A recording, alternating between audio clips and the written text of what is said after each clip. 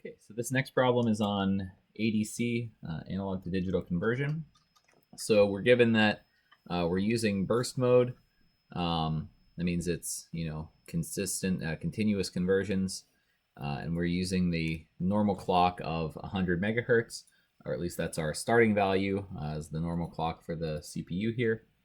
So first it says if one of the channels being scanned is channel 7 and the most recently converted conversion is from channel 7, the input voltage there is 1.315 volts. The voltage range is 5 volts. We want to see what the content in hexadecimal of the 80 GDR register is. So this is the global data register. That's important that we are looking at the global one, which is slightly different from the individual data registers. Assume that all reserved bits are zeros and that there's no overrun, so that's important for the contents of the register as well. So first, let's see what our setup is. So we have to look at two things. First is the sort of configuration register. So if we write this in binary, 1, 2, 3, 4, 1, 2, 3, 4, 0, 0, 1, 0, 0, 0, 0, 1, 0, 0, 0, 0, 0, 0, 0, 1, 1, 0, 0, 0, 0001. So let's parse out what these bits are. These bottom 8 bits are the registers or the values for ADC that are being used. So 0, the 0 channel is being used, and the 7 channel is being used. I'm just looking at the format here given in the notes. So just looking to see what these bits are set to. And can kind of fit these both in the same window. Next up, this next 8 bits are the clock div. So that's how much we're dividing the clock by. So CLK div equals 1. So we're going to further scale back whatever we scale the clock to by 2. So it's clock div is 1 plus 1, or whatever is in that register plus 1 is what we're dividing by. So by default, we're not dividing by anything, or we're just dividing by 1 and it stays the same. But in this case, we are going to divide by 2. So we're going to split up that clock a little bit more. This bit here is burst. And we're given that it's burst mode. We can just verify that we're in the right place, that 16th bit is burst. That means we're doing repeated conversions. It's not software managed. 17 through 20 are reserved here. And this bit is that PWM is, or not PWM, ADC is on currently. If we look at the rest of them, we can see that the start bits are set to 0. So there is no start currently. It's in burst mode, so this is always going. And the edge bits are 0 as well, but that doesn't matter because we're not in one of the cases where the edge bits have to be set. So that's what we're getting from that register. We'd also need to look up P clock select to see which ones we're supposed to look at here. In this case, we are looking at the bits here. Those bottom 2 bits, what is that? The 31 to 28, 27, 26, 25, and 24.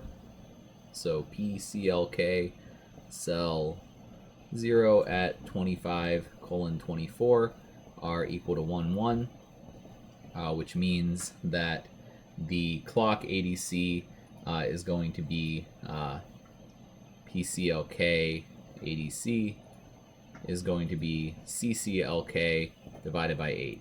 So we're going to divide the clock by 8, and we're going to divide it by an extra 2 due to the clock div. So it's actually going to be 8 divided by that divided by 2 is what we're going to use.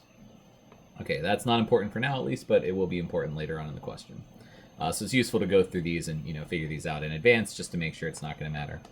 So here we're just going to show the content in hexadecimal of the 80 GDR register.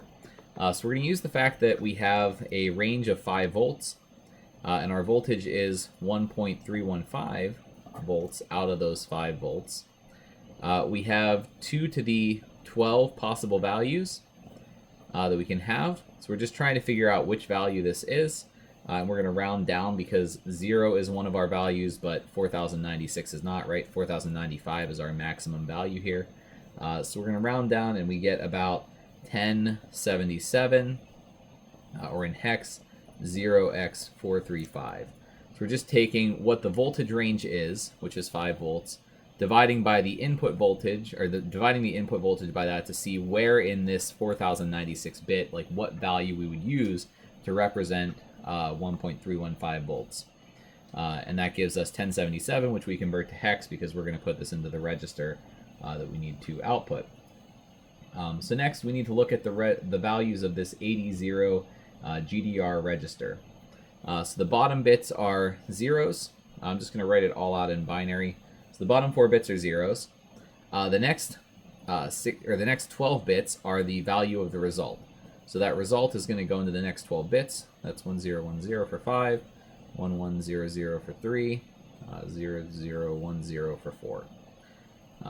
And we're just going to leave the hex values on top because at the end of the day, it's going to have us convert out the hex. So I'm going to kind of do that as we go. So 4350 is what we have so far.